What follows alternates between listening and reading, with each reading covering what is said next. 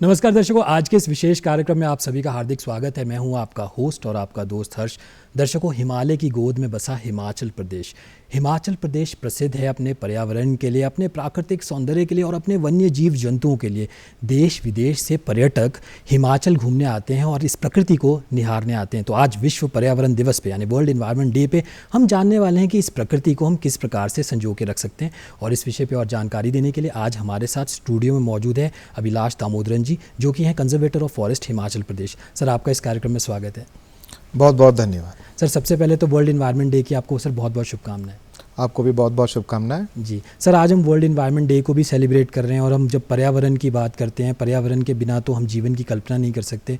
हमें हवा चाहिए ब्रीथ करने के लिए, हमें लकड़ी चाहिए घर बनाने के लिए, बहुत सारी ऐसी चीज़ें जो पर्यावरण हमें देती है, बट हम पर्यावरण को शायद बदले में बहुत कुछ नहीं दे रहे हैं। तो सर, वर्ल्ड एनवायरनमेंट डे को आज हम सेलिब्रेट कर रहे हैं, तो थोड़ा सा ये बताइए कि क्या पर्पस है इसका।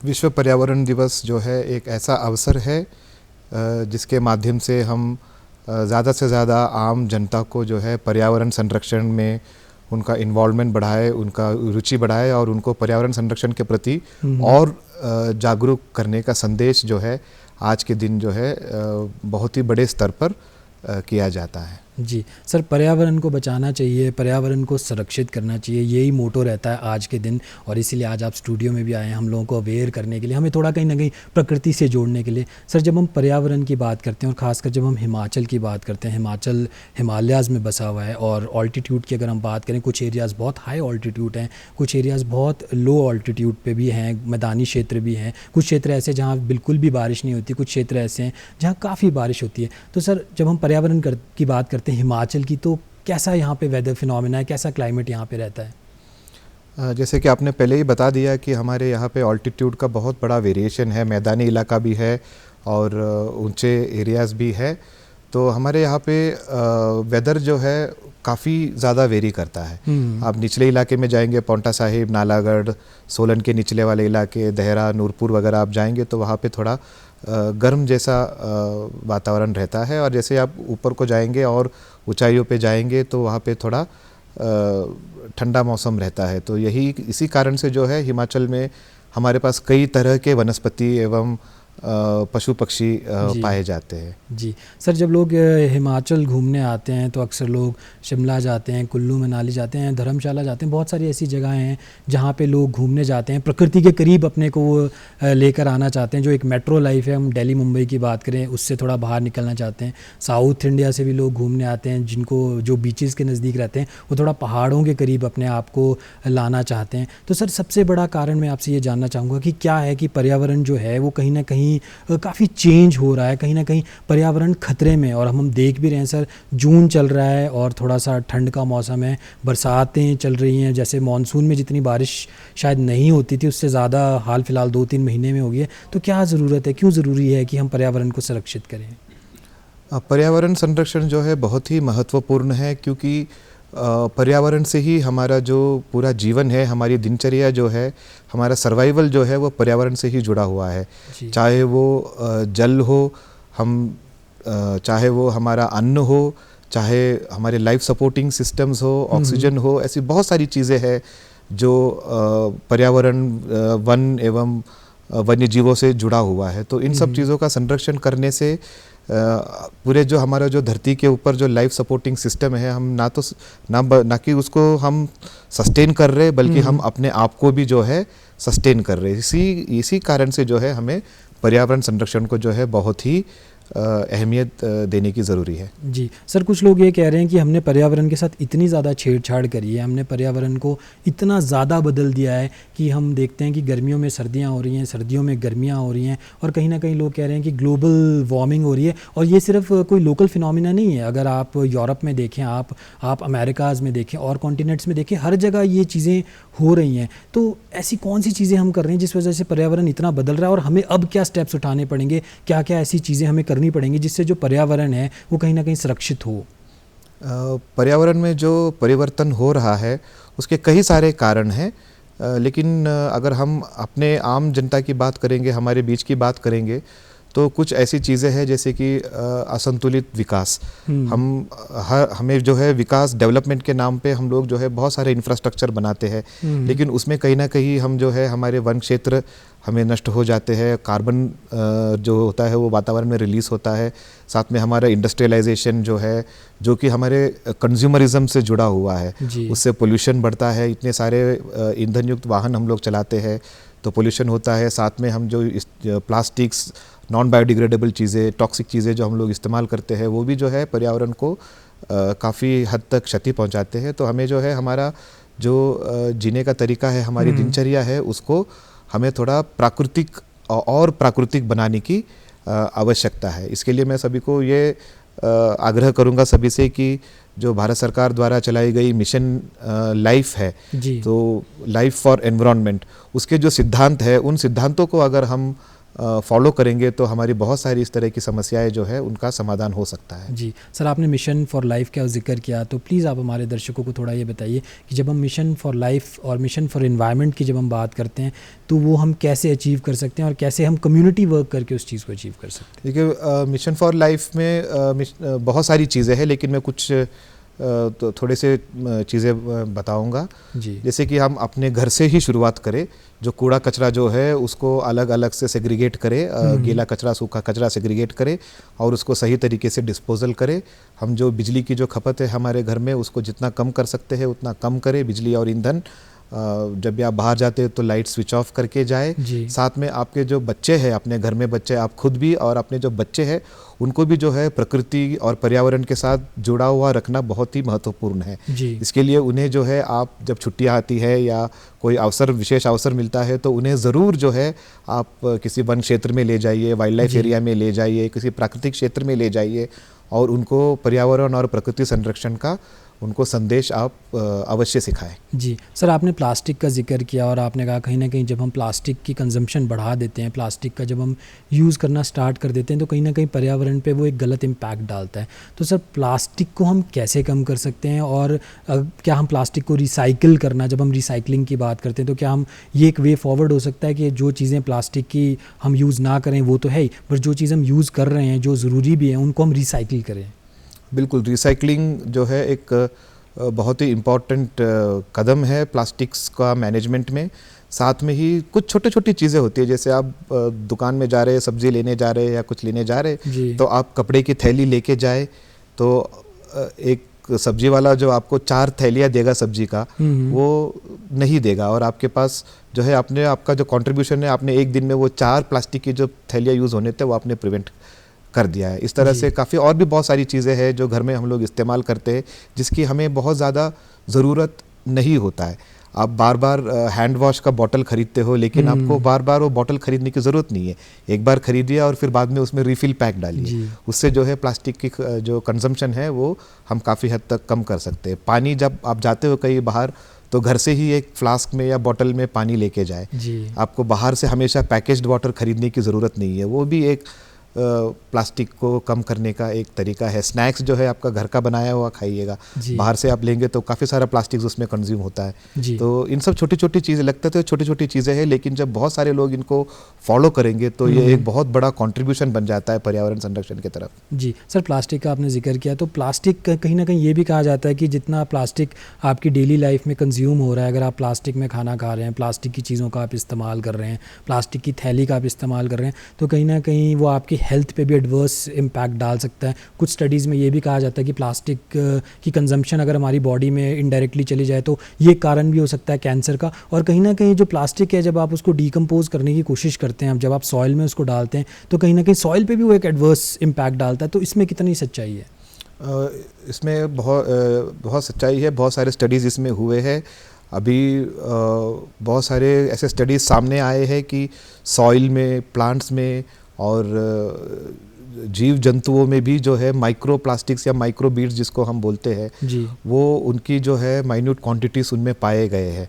तो ये कहीं ना कहीं हम जो प्लास्टिक प्रोड्यूस कर रहे हैं और कंज्यूम कर रहे हैं और यहाँ वहाँ पे इसको डिस्पोज ऑफ कर रहे हैं, तो ये वही प्लास्टिक है जो ब्रेक डाउन होकर छोटे छोटे, कभी डिकम्पोज नहीं होते, लेकिन ये छोटे छोटे पीसेस में ब्रेक डाउन होते हैं और ये हमारे फूड चेन में या फूड वेब में जो है ये आ जाते हैं। और यही कारण है कि ये कुछ समंदर के जानवर, जो ओशन के जो ऑर्गेनिजम्स है, उनमें भी जो है प्लास्टिक या माइक्रोबीड्स की काफ़ी ज़्यादा मात्रा पाई गई है। जी सर, जब हम फॉरेस्ट की बात करें, आप कंजर्वेटर ऑफ फॉरेस्ट हैं हिमाचल प्रदेश के, और हिमाचल प्रसिद्ध अपने फॉरेस्ट के लिए। अगर आप कोई भी व्यक्ति शिमला घूमने आता है तो कहीं ना कहीं देवदार से उसका स्वागत किया जाता है। देवदार के जो पेड़ हैं वो कहीं ना कहीं सिंबलाइज़ करते हैं हिमाचल को, हिमाचल की वो पहचान है। तो सर ऐसे कौन कौन से फॉरेस्ट हैं अगर कोई हिमाचल घूमने आ रहा है, और कौन कौन सी ऐसी varieties of forest, varieties of देवदार की अगर हम बात करें जो यहाँ पर पाई जाती हैं? देखिए, हिमाचल, क्योंकि इसमें हिमाचल में काफ़ी ज़्यादा वेरिएशन है, ऑल्टीट्यूड का वेरिएशन है, वातावरण का वेरिएशन है, तो यही कारण है कि हमारे हिमाचल प्रदेश में लगभग 38 टाइप के फॉरेस्ट पाए जाते हैं। तो ये फॉरेस्ट जो है निचले मैदानी क्षेत्र में ड्राई डेसिडियस फॉरेस्ट हो गया, मॉइस्ट डेसिडियस फॉरेस्ट हो गया। थोड़ा ऊपर आप आएंगे तो पाइन फॉरेस्ट हो गया, चिरपाइन के जो फॉरेस्ट होते हैं। और थोड़ा ऊपर आप जाएंगे तो आपको देवदार डोमिनेटेड टेम्परेट फॉरेस्ट मिलेंगे, टेम्परेट ब्रॉडलीव फॉरेस्ट मिलेंगे आपको। जैसे जैसे आप ऊंचाइयों पे जाएंगे तो फॉरेस्ट टाइप बदल जाएगा, टेम्परेट ब्रॉडलीव फॉरेस्ट आएगा। साथ में हमारे जो अल्पाइन ग्रासलैंड्स है, जो ऊंचे क्षेत्रों में जो हमारे ग्रासलैंड्स है, वो भी एक यूनिक इकोसिस्टम है। आप और भी थोड़ा ऊपर जाएंगे, जैसे लाहौल स्पीति हो गया या किन्नौर के ऊपर के इलाके हो गए, लगभग 3500-4000 मीटर के ऊपर आप जब जाते हैं तो आपको वहाँ पे शीत मरुभूमि भी मिलेगा। वो भी, क्योंकि वहाँ पे पेड़ नहीं है, इसका मतलब ये नहीं है कि उसका कोई वैल्यू नहीं है, लेकिन उसका वैल्यू उतना ही है जितना एक जंगल का वैल्यू होता है। जी सर, जब देवदार की हम बात करते हैं और हम देखते हैं कि जो देवदार है वो सिनोनिमस है, शिमला की अगर हम बात करें, शिमला लोग घूमने आते हैं तो डेंस जंगल्स हैं यहाँ देवदार के, और देवदार का जो यूजेज है वो हर घरों में भी होता है। अब हम देख रहे हैं कि कहीं ना कहीं लोगों को प्रेरित किया जा रहा है कि आप लकड़ी का इस्तेमाल कम करके और ऑल्टरनेट्स पे हम जाएँ। पर हम देखते थे कि पिछले कुछ सालों में अगर हम 50-100 साल की बात की जिक्र करें तो हम देखते थे घर बनाने में भी आप देवदार का इस्तेमाल हो रहा था, और सब चीज़ों में भी देवदार का इस्तेमाल हो रहा था, और कहीं ना कहीं अंधाधुंध कटाई देवदार की भी की गई। तो क्या ये भी एक कारण है कहीं ना कहीं जो प्रकृति में इतना बदलाव आया? देखो, चाहे देवदार हो या कोई भी पेड़ हो, जब उनको भारी मात्रा में उनके कटान होती है तो डेफिनेटली वो हमारे पर्यावरण पे उसका असर तो होगा ही होगा। तो हमें यह ध्यान देना चाहिए कि आप ज़्यादा से ज़्यादा पेड़ लगाएं, चाहे वो देवदार के हो या जो भी उस क्षेत्र में जो भी उचित पेड़ होते हैं वो हमें लगाने चाहिए। सिर्फ पेड़ ही नहीं बल्कि जो अन्य पौधे भी हैं वो उनको भी हमें लगाने चाहिए। तो ये जो पेड़ों के कटान की वजह से जो पर्यावरण में जो बदलाव आ रहा है, उसके ऊपर कुछ हद तक उससे हम कंट्रोल कर सकते हैं। जी। और सर, जब हम स्कूल में हुआ करते थे तो अक्सर हमें ये कहा जाता था कि आपको पेड़ लगाने हैं, पेड़ जितने ज़्यादा पेड़ लगाएंगे उतना ज़्यादा अच्छा होगा। कहीं ना कहीं हम ये सुनते थे कि जो पेड़ है जब आप उसको लगाते हैं तो वो बहुत सारी ऑक्सीजन रिलीज़ करता है। कहीं ना कहीं वो जो ऑक्सीजन है वो इन्वायरमेंट में जाके ओजोन लेयर को भी कहीं ना कहीं सपोर्ट करती है। तो सर, पेड़ लगाना क्यों ज़रूरी है? कौन से ऐसे पेड़ हैं जो हमें लगाने चाहिए, और क्या हम अपने घर से भी शुरुआत कर सकते हैं? हम अपने घर में कुछ इस प्रकार की वेराइटीज़ ऑफ प्लांट लगाएं जो कहीं ना कहीं हमारे हेल्थ के लिए भी बेनिफिशियल हो। बिल्कुल, पेड़ से जो हमें बेनिफिट मिलता है, मैं एक पेड़ की बात तो मैं नहीं करूँगा, लेकिन अगर हम पूरे जंगल की बात करेंगे, वन की बात करेंगे या फिर एक पेड़ की ही बात करेंगे तो उसके साथ जुड़ा हुआ कई सारे बेनिफिट्स है। उसको हम टेक्निकली गुड्स एंड सर्विसेज बोलते हैं या फिर इकोसिस्टम सर्विसेज हम इसको बोलते हैं। तो ये इकोसिस्टम सर्विसेज में आपको जो है इमारती लकड़ी, जलाने वाली लकड़ी और मेडिसिनल प्रॉपर्टीज़ है, फ्रूट्स है, लीव्स है, चारा है, लिटर है, न्यूट्रिएंट साइक्लिंग है, हाइड्रोलॉजिकल रोल है, बायोडाइवर्सिटी के लिए हैबिटेट है। तो अगर हम पूरा अगर गिनना शुरू करेंगे तो आज हम ख़त्म नहीं कर पाएंगे। इसलिए पेड़ लगाना बहुत ज़रूरी है। अब बात यह है कि कौन सा पेड़ लगाएं। तो जो आपके क्षेत्र में सबसे उचित पेड़ है, आप देवदार को जो है मैदानी क्षेत्र में नहीं लगा सकते हैं, और वैसे ही आप जो है कचनार के या बिहुल के या खैर के पेड़ आप देवदार के क्षेत्र में नहीं लगा सकते।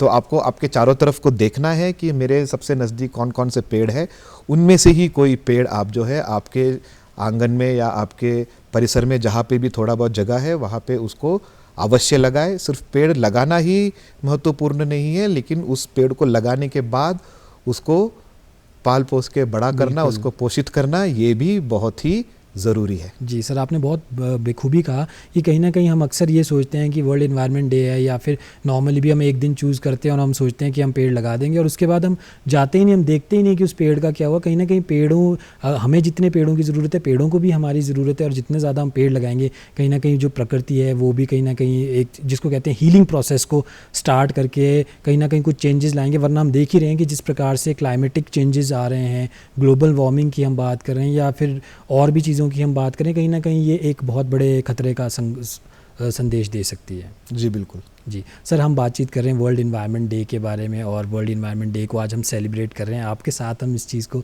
सेलिब्रेट कर रहे हैं। तो सब जब एनवायरनमेंट की हम बात करते हैं तो एनवायरनमेंट में बहुत सारी चीज़ें होती हैं, उसमें एक हम लोग भी हैं, इंसान भी हैं, और पेड़ भी हैं, और कहीं ना कहीं वन्य जीव जंतु भी हैं। तो अगर कोई व्यक्ति हिमाचल आ रहा है, हिमाचल घूमने आ रहा है, तो ऐसे कौन कौन से ऐसे वन्य जीव जंतुओं की प्रजातियाँ हैं जो उनको हिमाचल में देखने को मिल सकती हैं?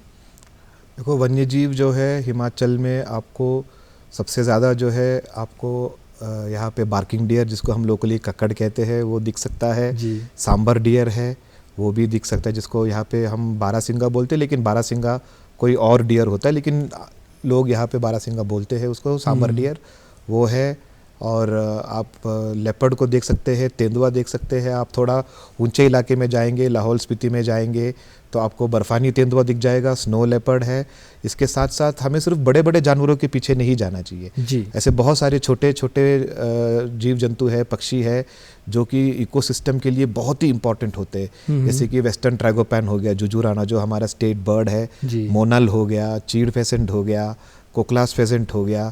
ये बहुत ही सुंदर है, और इनको देखने के लिए जो है अगर जो पर्यटक हमारे यहाँ पे आते हैं, या फिर हमारे यही के लोग क्यों ना हो, बच्चे क्यों ना हो, इनको देखने के बाद जो आनंद उनको मिलता है वो बहुत ही जो है टूरिज़्म को या फिर एजुकेशन लेवल को बढ़ाने का काम करता है। तो हमें सिर्फ बड़े जानवरों पे ही नहीं, बल्कि सभी जीव जंतुओं पे हमें जो है अवेयरनेस फैलाना है। तो मैं सभी जो पर्यटक जितने भी आते हैं, मैं उनसे आग्रह करूंगा कि वो हमारे जो प्रोटेक्टेड एरियाज़ है, जैसे कि हमारा ग्रेट हिमालयन नेशनल पार्क है, जो कि एक यूनेस्को द्वारा घोषित वर्ल्ड हेरिटेज साइट है, वहाँ पे जाए। हमारे सिंबलवाड़ा नेशनल पार्क में जाए, Renuka ji wild life sanctuary में जाए, और बहुत सारे सेंचुरी, कुल्लू मनाली के आसपास भी बहुत सारे प्रोटेक्टेड एरियाज़ है। लाहौल में आप जा सकते हैं, पिन वैली नेशनल पार्क है। तो इस तरह के जगहों में ज़रूर जाए, और वहाँ पे जो है प्रकृति का आनंद भी ले, और साथ ही साथ इकोसिस्टम और वाइल्ड लाइफ के बारे में कुछ जानकारी भी ले। जी सर, आपने कहा कि प्रकृति का आनंद ले। बहुत सारे ऐसे सेंचुरीज़ और नेशनल पार्क्स हिमाचल में हैं, जहाँ घूम के आप बहुत सारी ऐसी वैरायटीज़ को देख सकते हैं। और सर कुछ ऐसी वैरायटीज़ भी थी जो लगभग एंडेंजर्ड थी, और कहीं ना कहीं एक्सटिंक्शन के करीब वो पहुँच गई थी, तो कहीं ना कहीं उनको भी रिवाइव करने की कोशिश की जा रही है। हाँ जी बिल्कुल। जो हमारा स्टेट बर्ड है वेस्टर्न ट्रैगोपैन, उसका अगर आप ग्लोबल पॉपुलेशन देखेंगे तो काफ़ी वो पॉपुलेशन उसका घट चुका है, और जो है एकदम एक्सटिंक्शन के कगार पे आ चुकी थी वो स्पीशीज़।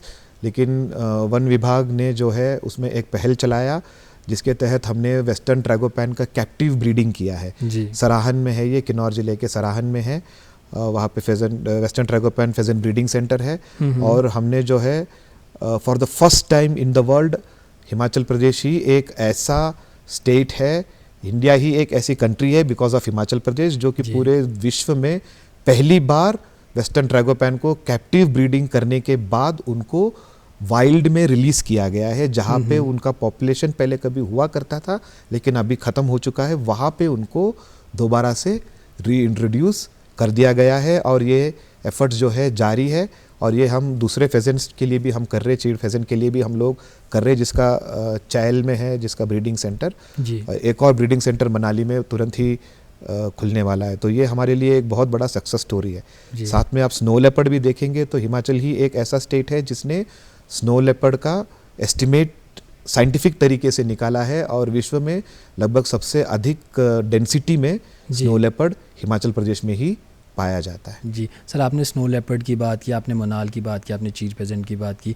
ये ऐसी कुछ वेराइटीज़ हैं जो कहीं ना कहीं जब हम हिमाचल की बात करते हैं तो वो हिमाचल को सिंबलाइज़ करती हैं। ऐसी चीज़ें और किसी स्टेट में आपको, स्टेट के ऑल ओवर वर्ल्ड आपको देखने को नहीं मिलेगी। जिस प्रकार की बर्ड की वेराइटीज़ की हम बात करें या फिर स्नो लेपर्ड की हम बात करें, सर कारण क्या है कि ये एक्सटिंक्शन के करीब पहुँच गई थी ये वेराइटीज़? क्या इलीगल, जिसको हम पोचिंग कहते हैं या हंटिंग कहते हैं, वो एक कारण है? और अगर आज की डेट में भी कोई ग्रामीण क्षेत्र में या शहरी क्षेत्र में इस प्रकार की वैरायटीज़ को हंट करने की कोशिश करता है या कहीं ना कहीं उनको कैप्चर करने की कोशिश करता है, तो क्या इस पे कोई सख्त कार्रवाई भी करते हैं वाइल्ड लाइफ वाले?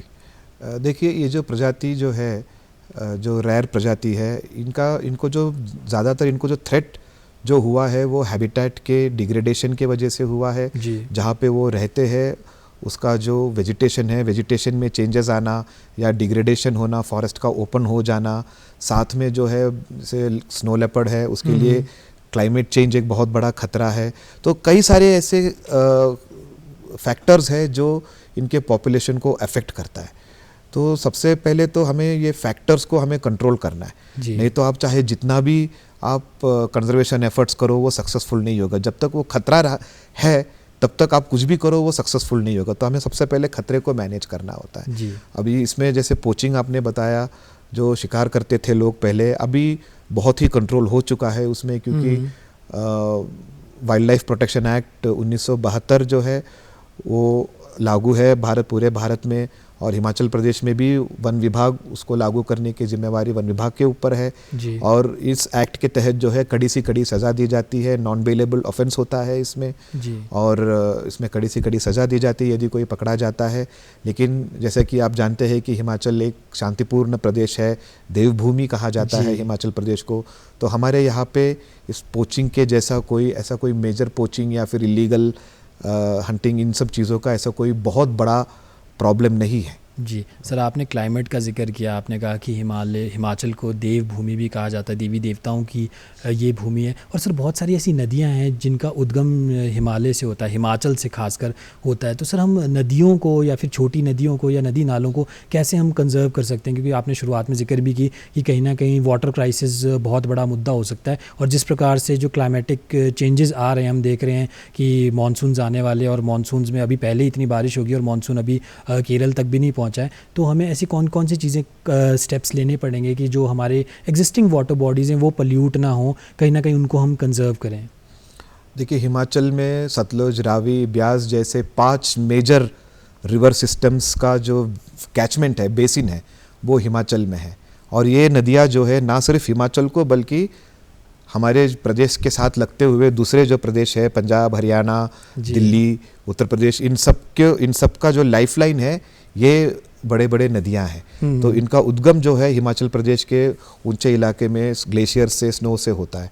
तो क्लाइमेट चेंज जो है इन नदियों का बहुत बड़ा खतरा बन सकता है। अगर आप, क्योंकि ये स्नो फेड है तो क्लाइमेट चेंज इनके लिए बहुत बड़ा एक इशू है। लेकिन अगर आप हमारी छोटी नदियाँ, छोटे स्ट्रीम्स वगैरह आप देखेंगे तो उनके लिए जो हमारे ग्रामीण क्षेत्रों में, हमारे वन क्षेत्रों में, पहाड़ों में जो पानी के प्राकृतिक स्रोत होते हैं, जैसे कि जिसको हम चश्मा बोलते हैं या अंग्रेजी में नेचुरल स्प्रिंग्स जिसको बोलते हैं, उनका संरक्षण करना बहुत ज़रूरी है। अब जैसे टेम्परेचर बढ़ेगा या फिर बरसात का पैटर्न चेंज हो जाएगा क्लाइमेट चेंज के वजह से, तो ये जो छोटे छोटे चश्मे या पानी के स्रोत होते हैं, इनका सूखने का या फिर जो साल भर जिसमें पानी रहता था वो सीजनल हो जाने का खतरा रहता है। तो हमें ये जो छोटे छोटे स्प्रिंग्स है या पानी के स्रोत है, इनको हमें रिजुवनेट करने का प्रयास करना चाहिए, जिसके प्रति जो है अभी भी जो है हिमाचल प्रदेश वन विभाग जो है काफ़ी ज़ोरों से उस पर काम कर रही है, और इसके ऊपर विशेष प्रोजेक्ट्स चलाए जा रहे हैं ताकि इस तरह के पानी के स्रोत जो है वो सूखे ना, और जो सूखे हैं वो वापस रिजुवनेट हो जाए। सर आज वर्ल्ड एनवायरनमेंट डे को हम सेलिब्रेट करें, संक्षेप में जाते जाते आप हमारे दर्शकों को क्या कहेंगे?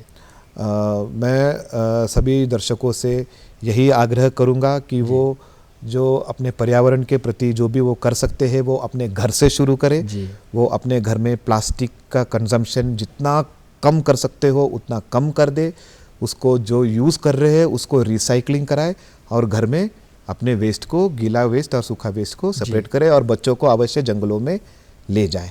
बहुत बहुत धन्यवाद। जी अभिलाष दामोदरन जी, आप हमारे इस कार्यक्रम में आए और वर्ल्ड एनवायरनमेंट डे पे आपने हम लोगों को भी प्रेरणा दी, उसके लिए बहुत बहुत शुक्रिया। शुक्रिया। तो दर्शकों, आज के कार्यक्रम में बस इतना ही। अब मुझे दीजिए इजाज़त। नमस्कार।